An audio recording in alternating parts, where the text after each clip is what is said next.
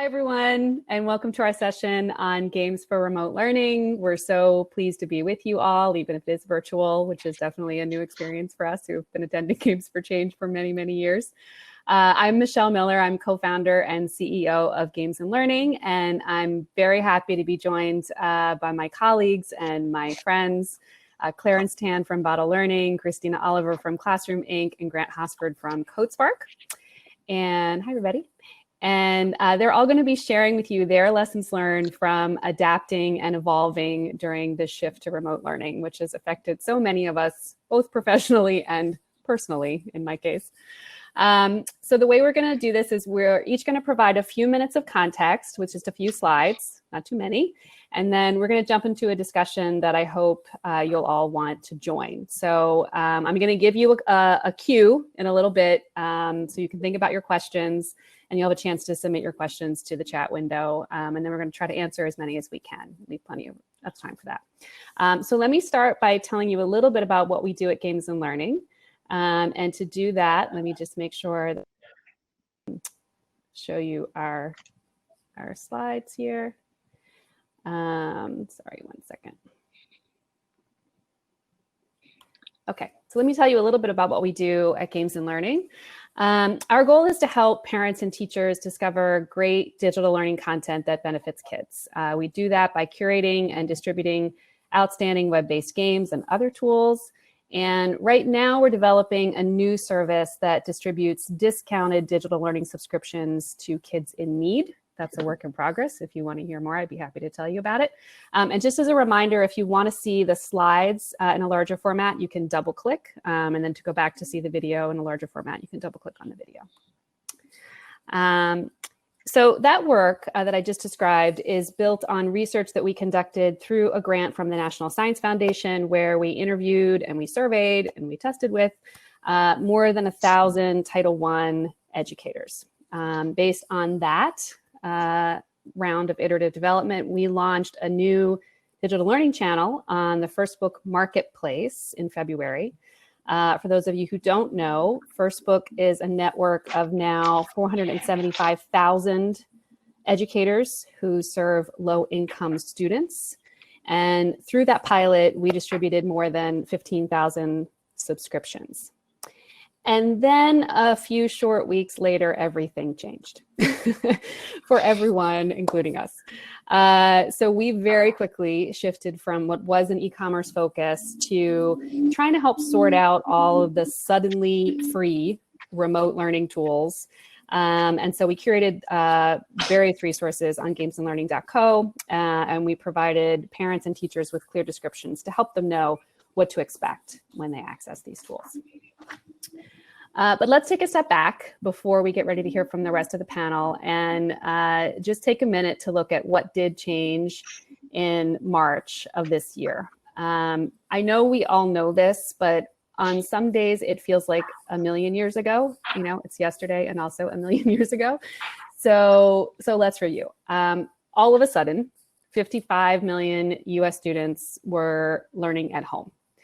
Administrators were very rapidly creating plans for remote learning that included the distribution of internet-connected devices on top of all the other things that administrators were focused on. Teachers were suddenly setting up accounts in Google Classroom. They were figuring out how Zoom works.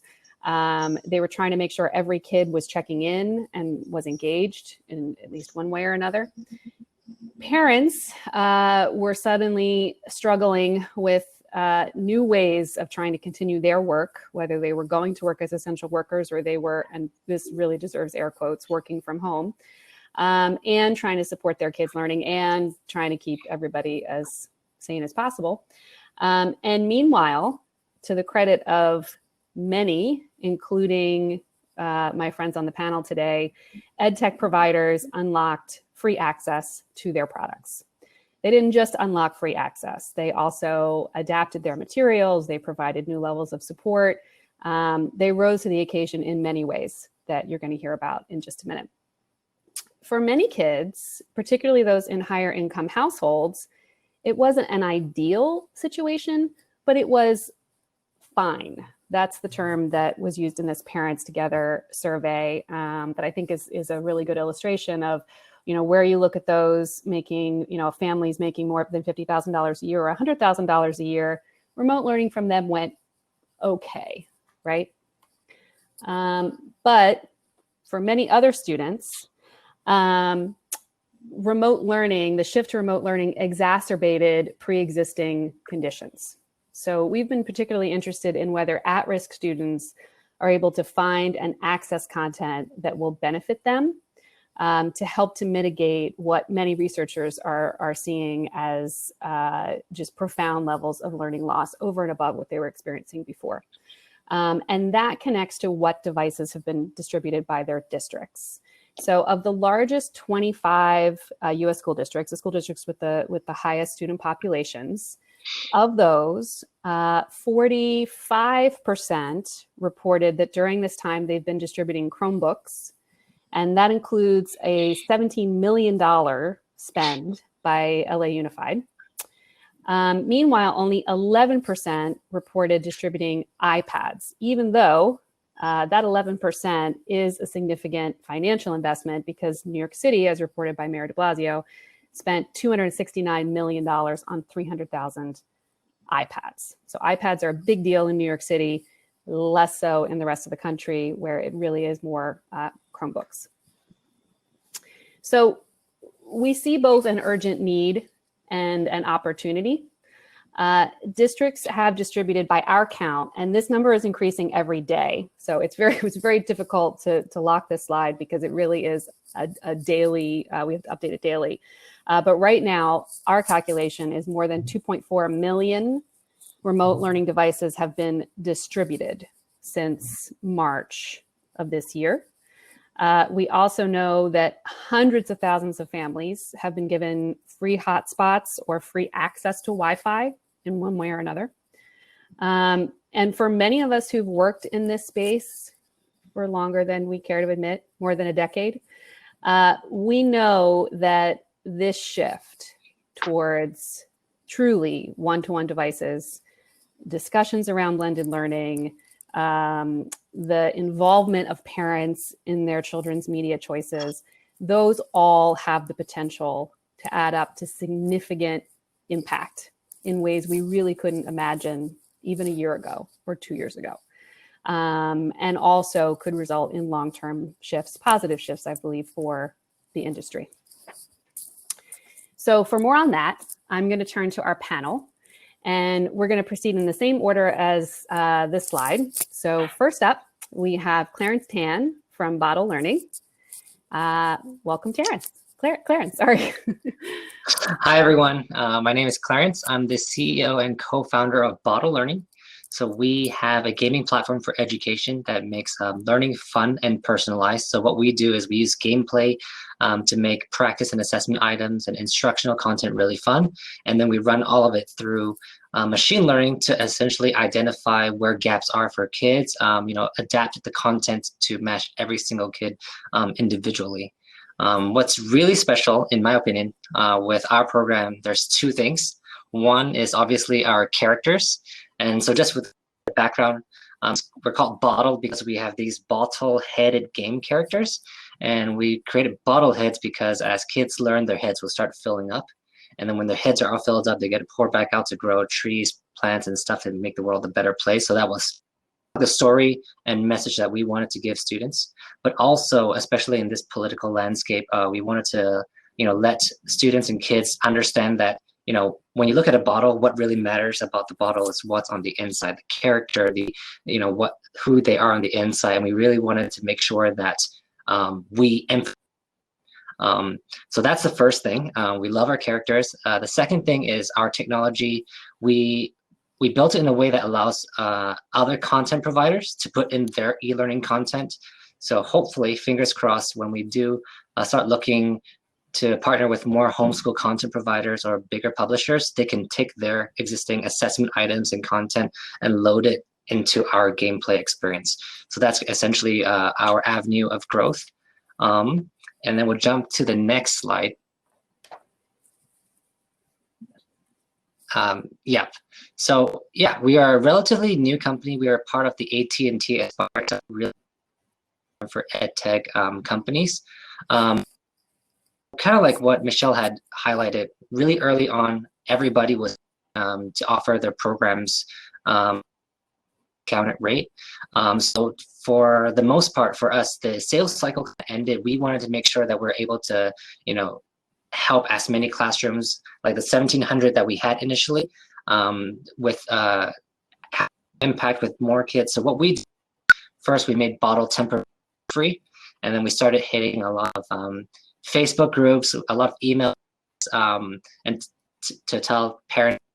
Primarily was just teach about our program, and then yeah, within 1,700 kids to over 1,000.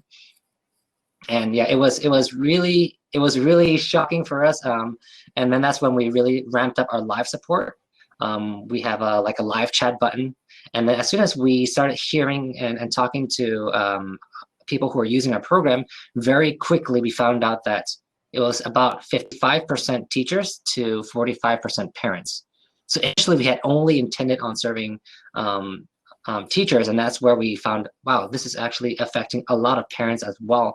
And that was where, as a startup, we knew that, hey, this is one of those things that we think it's gonna change the education landscape for a while. So this is one where we really have to understand and listen to our customers. So we ramped up our live support, prioritized our customer feedback, and what we found was that a lot of pretty much learning going remote, teachers aren't able to necessarily, that's building more gameplay like we had originally. Had to build instructional content so that if kids do need help or if they struggle in a small area, they would have that on-demand support. We also, what we learned was, yeah, a lot of parents did not have access to Chromebooks or they would use mobile devices. So that's where we started ramping up our mobile development. So we should be a mobile version hopefully towards the earlier mid. Yeah. And then, yeah, we were able to speak to over 1,600 parents and teachers personally, and it has good for us to kind of design features that teachers wanted themselves when that they have experienced in this remote learning experience. We can jump on to the next slide. So there are a couple big lessons learned, especially for us as a company. The first one was, especially when everything is so fast-paced now, onboarding has to really be seamless. For the first couple of weeks, we had about a 7% active user rate, and then it took us about a little under a month to really talk to our users to see, certain buttons that have to automatically show. We had to build specific automated processes to help improve the onboarding experience. So we went from 6% of people who signed active users to 24%. Something that we found really interesting was the importance of engagement.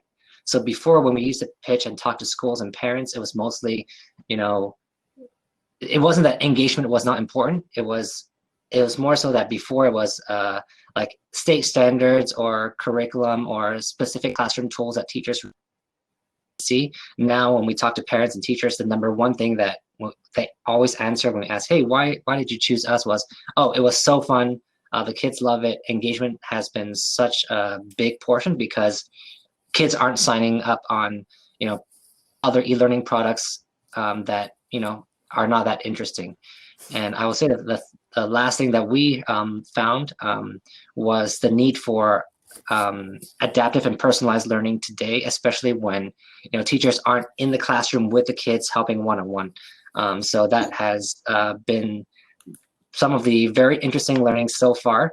We've had a lot of teachers that are not used to the concept of the program adapting to the kids. So it was like, oh, you mean like they would tell me, technically I don't have to create assignments, the product would adjust to my kid. I'm like, yeah, that actually works. So they came in for the engagement, but they stayed for the personalized instruction. Great. Thank you so much, Clarence. I have a lot of follow-up questions for you coming soon. But next, we're going to go to Christina Oliver from Classroom Inc. Christina, do you want to tell us about Read to Lead?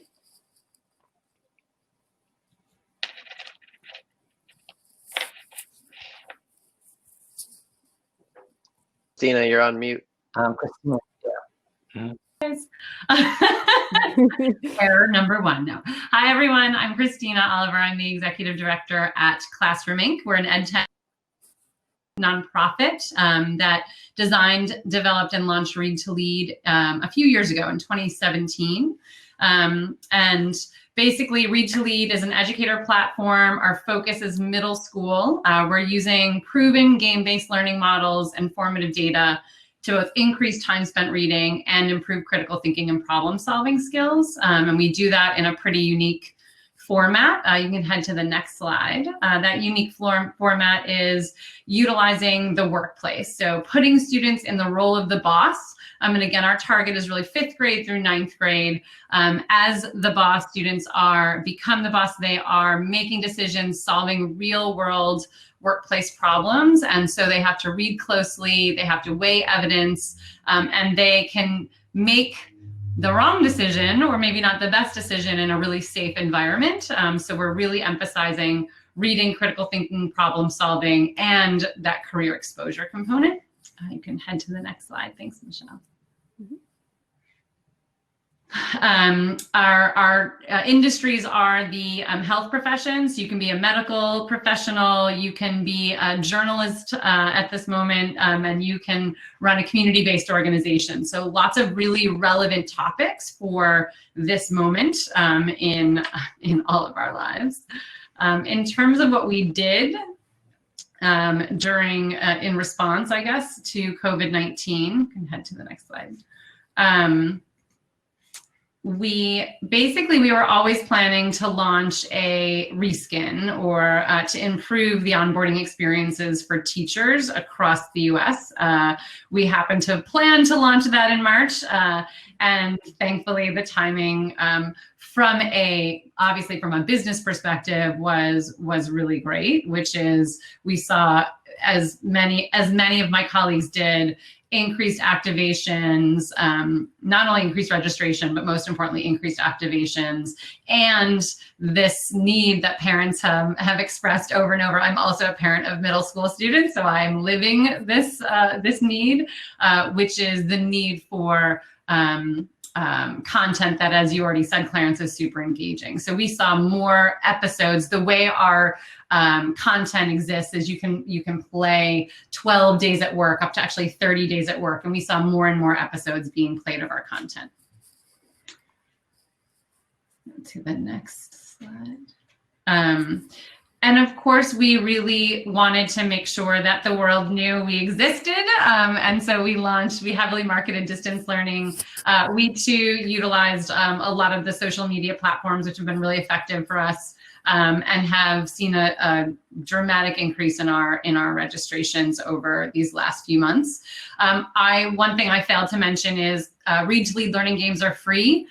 So we, in addition to continuing to offer our learning games for free, we also increase the amount and the type of professional development. So we have a bunch of virtual coaches that are working with educators across the country, tons of work in supporting educators on the distance learning front, and really meeting a lot of varied needs there. In addition, as a middle school content provider, parents are really advocates for us, but this was an opportunity to really branch out. And so we did find that we were conducting more professional development, sometimes with parents, teachers, and students together, which actually was fascinating.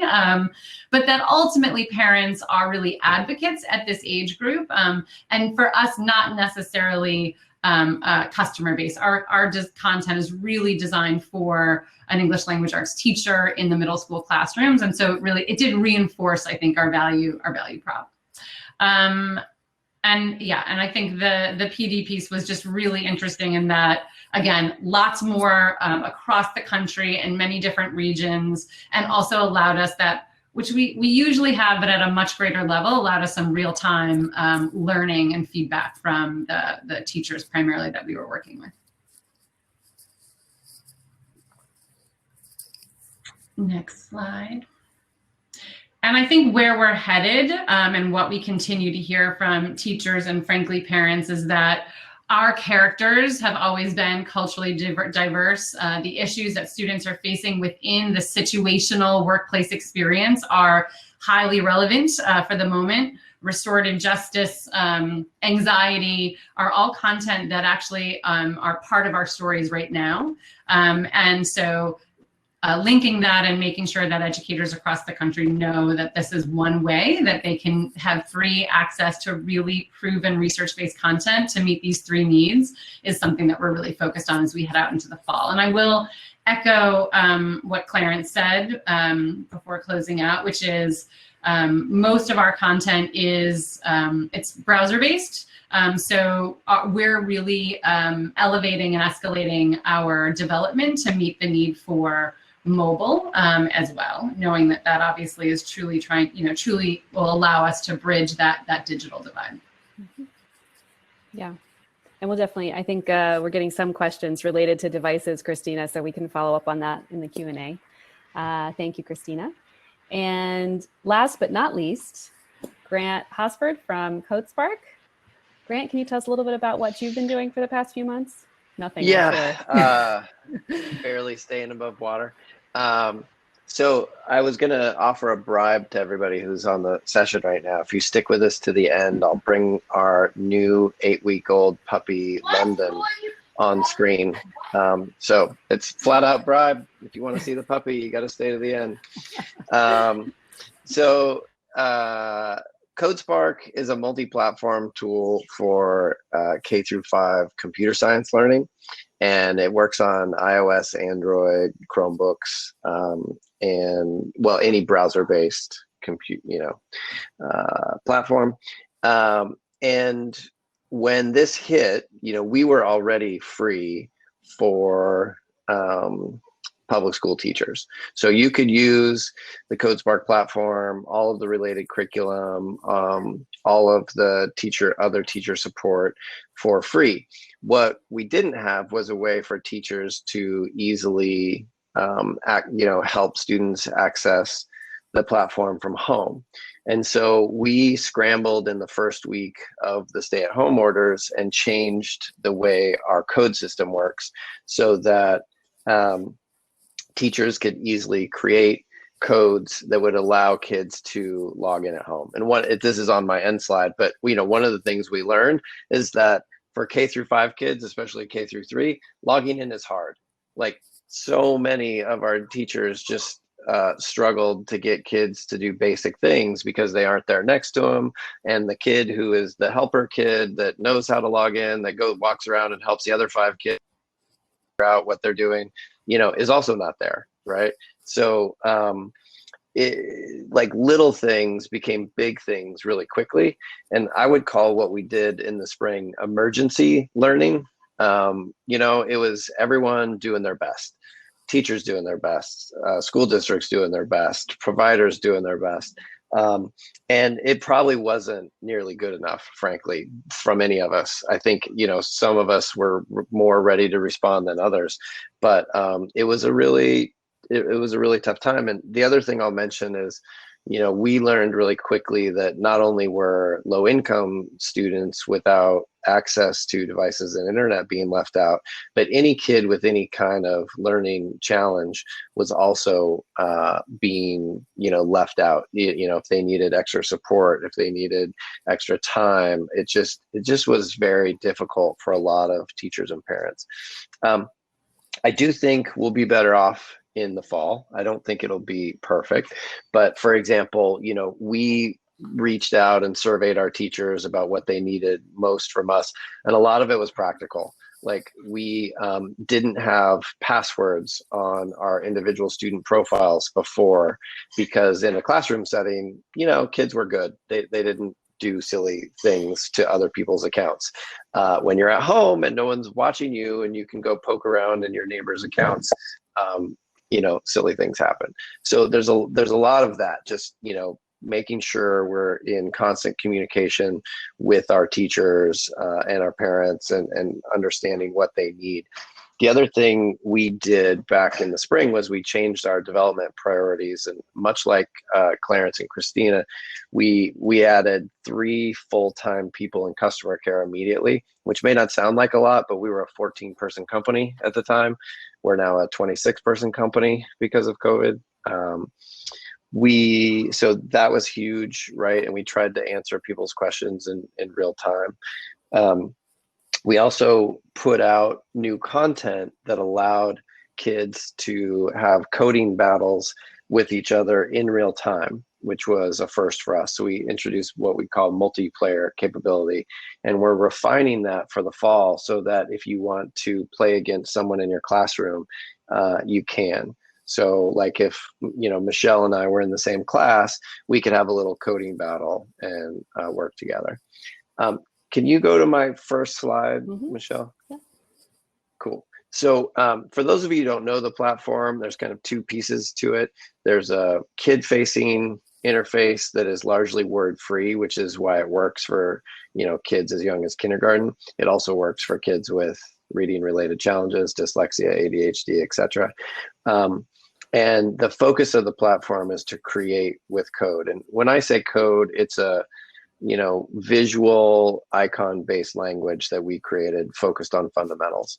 Then we also have a teacher dashboard that allows for the free access, this, establishment of a classroom, progress tracking, curriculum, how does curriculum tie to standards, and access to our online professional development.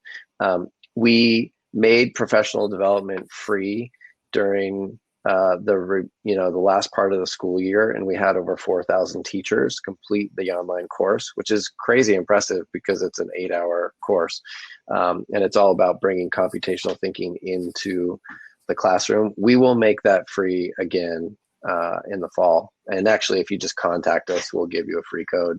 I think technically our system is set up to charge $120, but if you contact us, we'll make it free.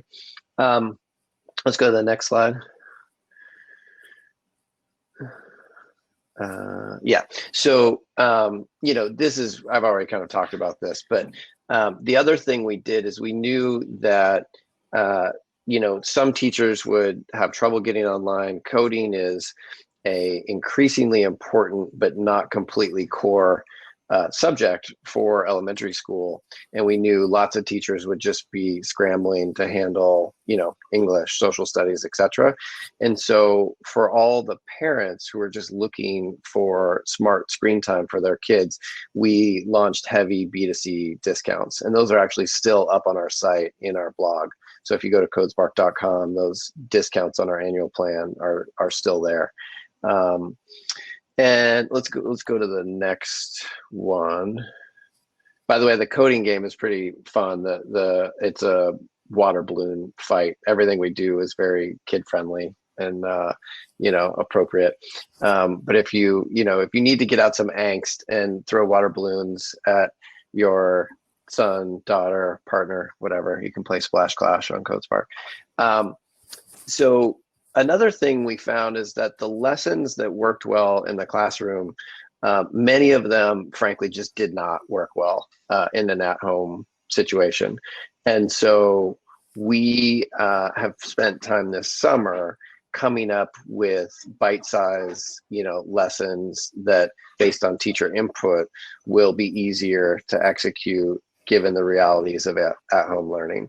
I think we'll be learning the entire school year, frankly.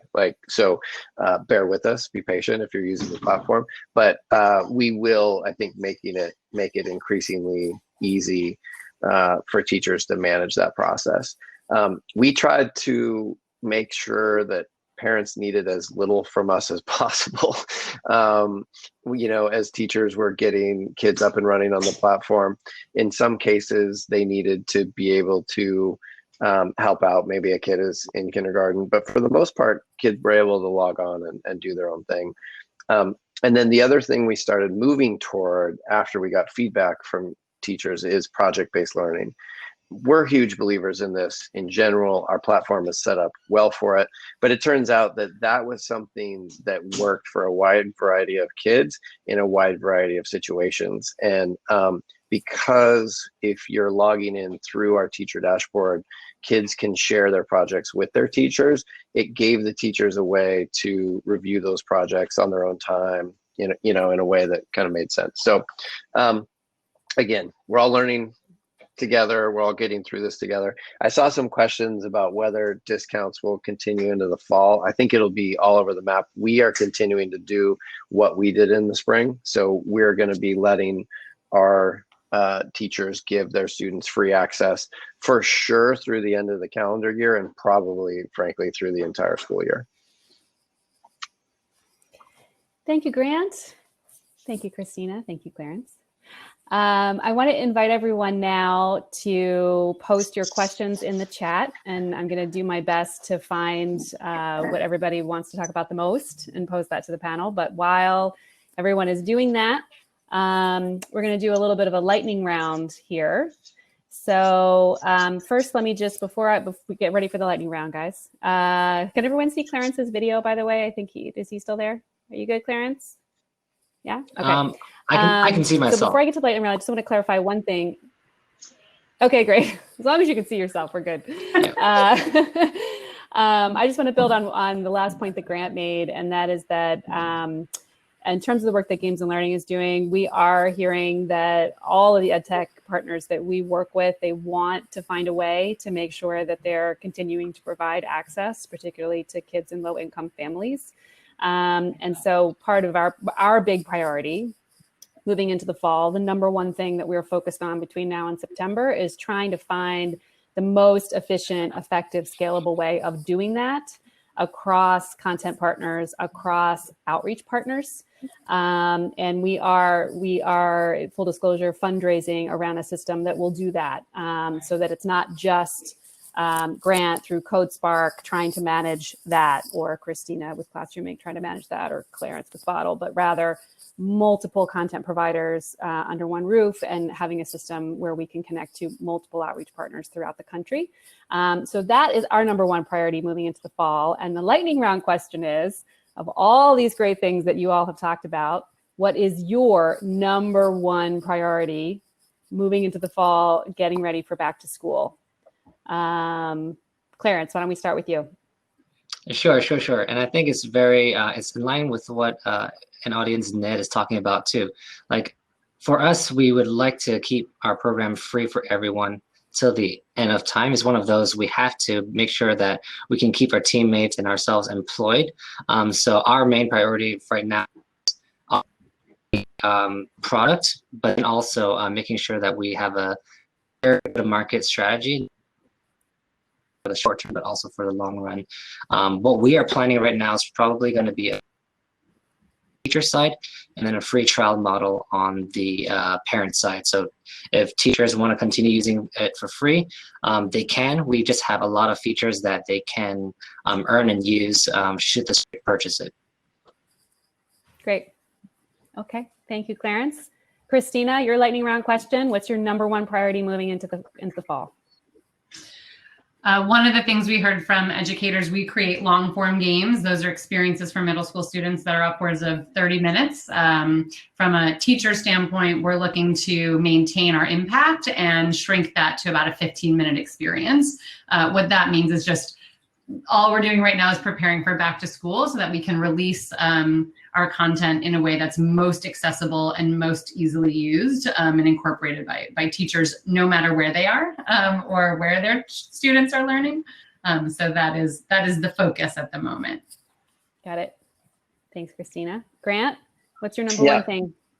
I have like 7 number ones. Is that okay? No. That's not how a lightning round works, Grant. That's how I work. But the main thing we're focused on is continuing to make accessing the platform super easy, right? Because of the age group. So if there was one single thing, and then making sure that the teacher management of the platform is also super easy. And so it's lots of little fixes to make the day-to-day life of the teacher more, more sane, basically. That, that's our number one. The other thing from an organizational perspective is we're putting a ton of energy into supporting charities like Human IT that deliver hotspots and devices to kids, because I think if I were to pick one equity issue, that's crucial right now, it's access. So, those are the two things we're really focused on. Great. And just to follow up, I think there might have been a question earlier. It's tough to track all the comments, but the number that I quoted from Games and Learning, our team analyzed 60 plus school districts and what they reported on distributing. So you can argue that may or may not be actually what hit the ground, but that's what they've reported on distributing. And just in terms of what those 60 plus school districts have reported on distributing, it's over 2.4 million devices at this point. But again, it's growing every day because now, as we know, LA, for one, has announced 100% remote in the fall. And there are many school districts who are now working towards getting closer to that 1-to-1 device to student ratio. So that number is changing all the time. Can I Grant. answer a question? There was a question about data that I think is really important. That both teachers and parents are worried about data. So let me say two things. One, I think a lot of teachers are unaware that districts and states are actually making most of us sign data privacy agreements, which we're happy to do. So there is a very solid national effort underway to protect student data. And I would say there's actually more protections for US students than we've seen in any other market. And we're in many, many countries around the world. So that is happening. And then just most of the platforms, and I don't know the super details of like Clarence and Christina's platform, but most of us limit the amount of personal information that can even be entered in the first place. So like on CodeSpark Academy, you can't even enter your name if you wanted to. As a student, you can only generate a silly name from a name generator. So most of us do both of those things, and it depends a little bit on the age group. Obviously, like you're going to give high school students some more leeway versus a first grader, but that is very common and standard practice across our industry.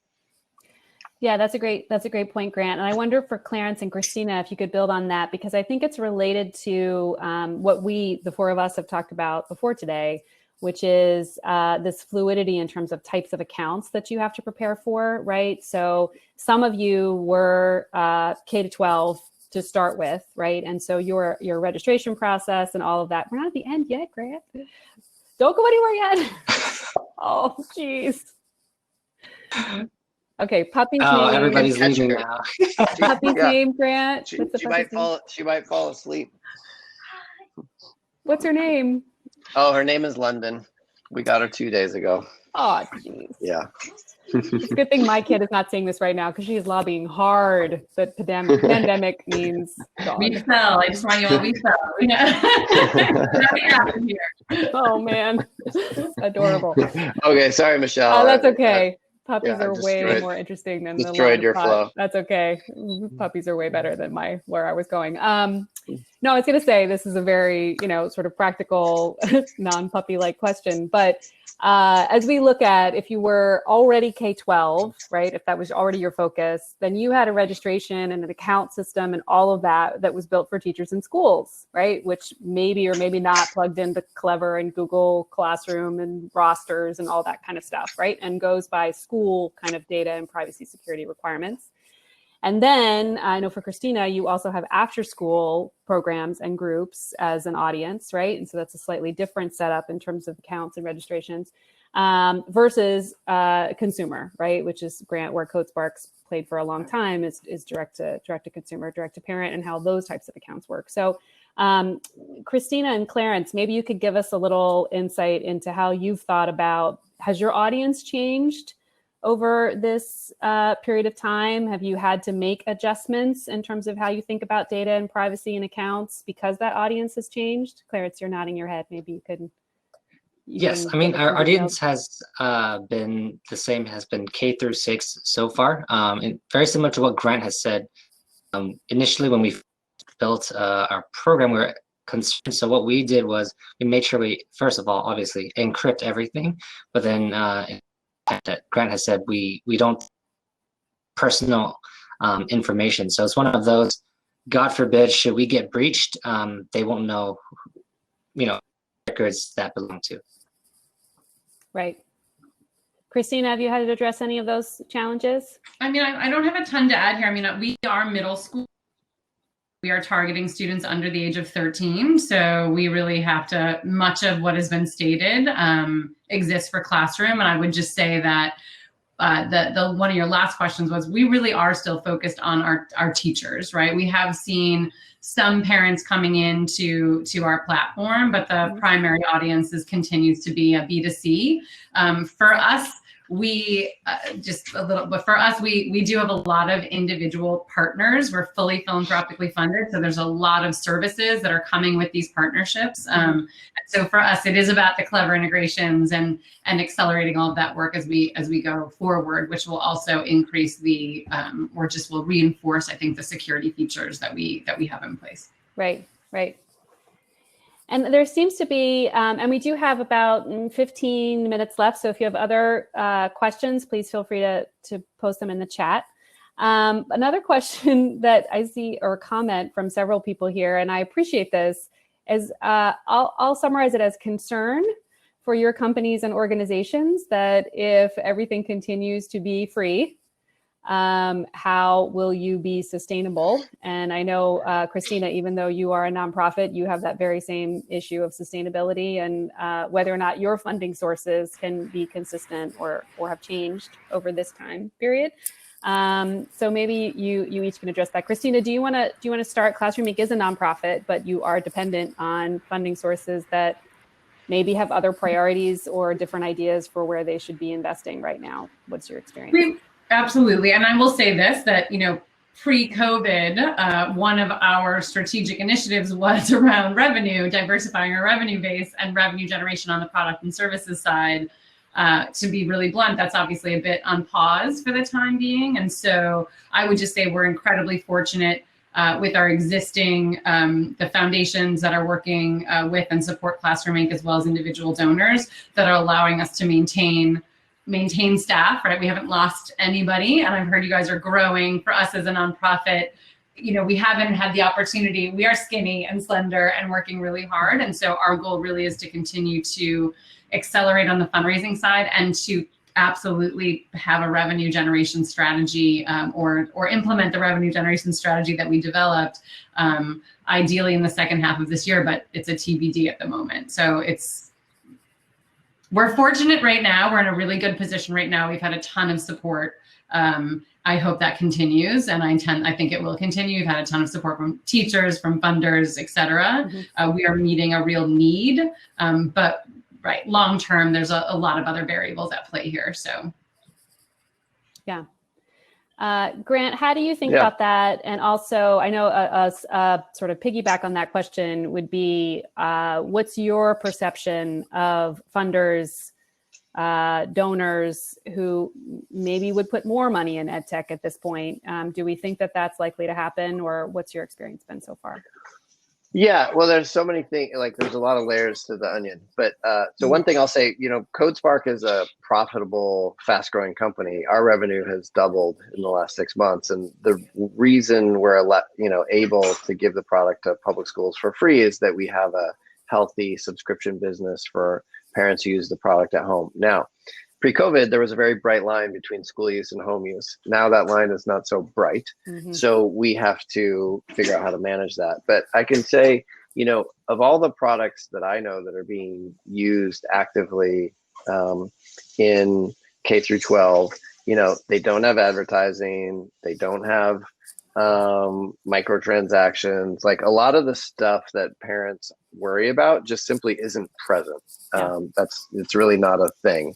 And that's us included. So, I think subscription is probably the growing #1 source of revenue for most educational services if the platform fits that model.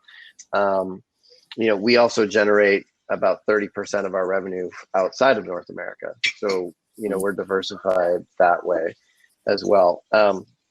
the other reason we can be, I guess, generous with schools is that we work really hard to make sure we're reaching the schools who need us most. So over 60% of our public school users are Title I schools, right? Who probably wouldn't have access to computer science resources otherwise. So yeah, there's a lot of, I guess, financial alchemy that goes into this. You have to figure out, how to reach users at the right way at the right time in a way that they're willing to pay for. But that model has been working for us. And I think we'll probably have to tweak it a little, frankly, in a COVID influenced world. But it, so far, so good. Yeah, I mean, there's a question, what should parents worry about? They should worry about whether the platform does what it says it does. Are the kids actually learning? That's honestly probably the only thing you should care about is my kid getting something positive out of this? And if so, what is it? And can they explain it to me? And if they can, it's probably a really good use of their time, and if they can't, then, maybe you either have to push them harder to get deeper into it, or, try something else. That's my quick answer to that question. Yeah. And Clarence, maybe you can build on that. I think one of the other questions was around, this is, I think, a two-part question, but how to make sure that we're engaging across cultures, across different types of families, across different types of needs, right? How are you tuned in to trying to make sure that what you're doing is providing the kind of learning outcomes that Grant has described, and also is able to engage all kinds of learners in all kinds of environments? How do you think about that? That's a really good question. It seems a bit too big. I know you for do me. think about it, Clarence. Yeah, I do think about it a lot. The first thing I would say in terms of I think it's really important if you're providing an educational resource, because it's education important, that you have to be able to accommodate everyone, right? So for us, we were so lucky to get a grant, and when we got a grant, it was like we knew exactly what we're going to use. We're going to use it for text-to-speech, accessibility issues to mobile. We knew we had to translate it to other languages so that everybody can benefit from it. That is one of our main priorities. In terms of the educational outcomes, it's going to be one of those we still have to test. We still have to verify it. But I think one thing that we have going for us in this game space is that, more than anything before, games are now on very, very high demand, whether it's outside of the education market, as well as in the education market as well. So that's kind of where I think able to engage the student, there's ways to sneak in outcomes. So I think as long as they're using it, we can tweak it, we can find it, and there are ways for us to really constantly. But I think the market is proving, as long as engagement is there, that's where you can start towards an upward trajectory. And thank you, Clarence. And Christina, I know you spend a lot of time in thinking about making sure that your product development is culturally relevant and reaching a diverse group of students. And you're targeting slightly older students than what Clarence and Grant's products are. So how do you think about that goal, as well as the learning outcomes that you're tracking? Yeah, I would say in terms of both ensuring and communicating impact, a couple of things. We literally in the last couple of weeks received a Digital Promise grant on their learner variability study. Research is essential and core to all of the work that we do as a nonprofit. There's nothing more important than impact. I would argue that for all of us here sitting in this panel. And so for us, it really is about, we have formative data within the platform currently, and we're always doing external data to compare the gains of our students, or Read to Lead students, with students who didn't use Read to Lead. I think the learner variability Digital Promise work is actually extremely exciting because it builds on the literacy piece, but it's also setting us up to design a platform for social emotional learning gains and skills, which I think are, when we think about the whole child, that trifecta that I was sharing earlier, we want to make sure that we're elevating that learning for students in real time, and obviously for teachers who we believe are in terms of what we're designing, continue to facilitate that learning experience for students. Great. So we just have a few minutes left. So I wonder if each of you could think about the feedback that you've gotten from your audience over the past couple of months. And I know we all hear from customers on a daily basis, right? From kids as well as parents and teachers.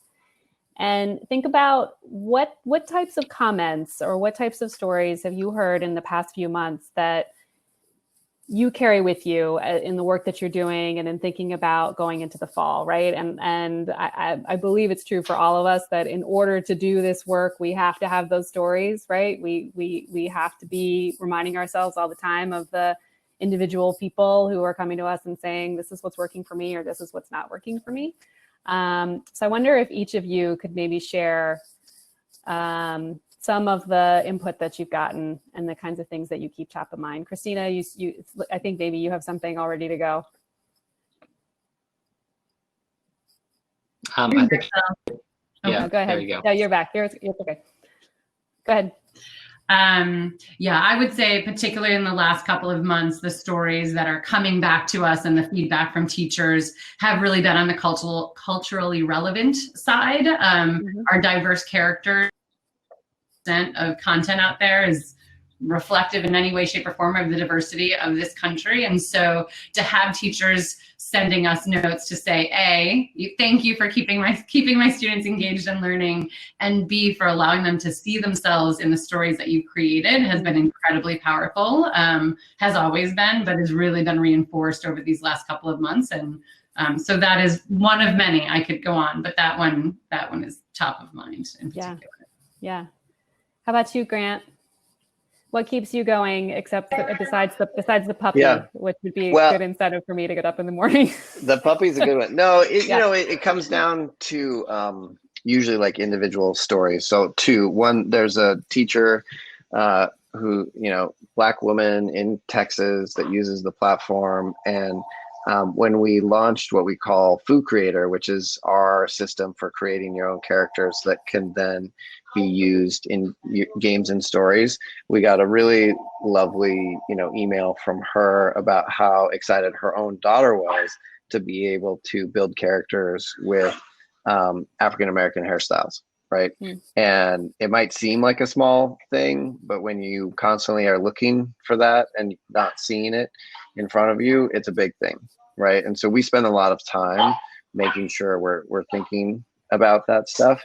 And then the other story for me is actually a mom who wrote in. Her son is autistic and legally blind, and he uses the platform to make these really intricate stories, and is very entertained, and his coding is amazing. For me, it's like reaching that one kid in a way that really works for them makes it all worth it. Like, that's what I think about when I get up, and those are the stories that I share with the team, so those are the things, we focus on the bright spots. We know we have a ton of things that we could do better, but we're doing a lot of things right, and we try to make sure we remind ourselves of that, and then we make our list of the 10 things we need to fix, and we put our heads down and keep working on it. Yeah. Thank you, Grant. Clarence, what do you think? Similar to Grant's feedback, we get a lot of hey, this is so engaging for our classroom. Things that really hit home, and the ones I love to share are the individual. The first one that comes to mind is going to be the one from an after-school program. We work with a lot of after schools as well, because share the same data from teachers and the after-school coordinators, so that I have to try to do a lot of assessment and testing. There's I guess I shouldn't mention names. There's a kid, fourth grader, Title I school. The coordinator would tell me that because he's so behind, and then after using our program, because our program the kids' gaps are, he used it for about 2 months, and then they told me, he is in math. He's telling everybody to call him math boy. So stories like that, it's just really, really heartwarming. Wow, that's amazing. Fantastic. Okay, 3 minutes. Anybody have anything they want to promote? What should we go look for? Boddle has some exciting news, right, Clarence? You just raised Yes. another round. Yes, we just raised another round, and you'll be using the funding to grow our team, grow our support, really executing all of the feedback that we've got from teachers and parents. So mobile version is going to be coming out. Really excited for that. Excellent. So is my daughter. Very cool. Congrats, Clarence. Christina, exciting things people should watch for from Classroom Inc. Similar, we just received a grant yesterday from AT&T to accelerate our product development work. So all of that fabulous work that we're talking about for back to school just got a nice boost. So kudos to AT&T, and will allow us to reach more teachers and students. Excellent. Congrats, Christina. Grant, what do you look for from codeSpark? Well, besides the great plush that you're going to Yeah. share with Clarence, because the plush is awesome. There's some secret stuff that I can't talk about, but the one thing I can talk about is we just started work on our biggest update to our game creator platform since the original launch of that platform. And so it's a whole new way to create games that we're pretty confident kids are going to be super excited about, and that should roll out just before Thanksgiving. Excellent. All right. Well, I want to thank the panelists. You all have been amazing. We were a little nervous about, and the puppy. We're all a little nervous about the technology coming in. Thank you to Games for Change for making it all work smoothly. I also just want to mention that these developers are all part of a larger community of Games for Learning content providers, folks that we're all talking to every day. And they're working so hard to try to make sure that they're doing what's right for parents and teachers and kids. So kudos to everybody. So great to Thanks, see Michelle. you here. Enjoy the Thanks puppies. for coming and listening to us, everybody. Yeah, thanks everybody. Enjoy the rest of the festival. Here's your puppy moment. Yay, puppy moment. Take care, everyone. See you guys.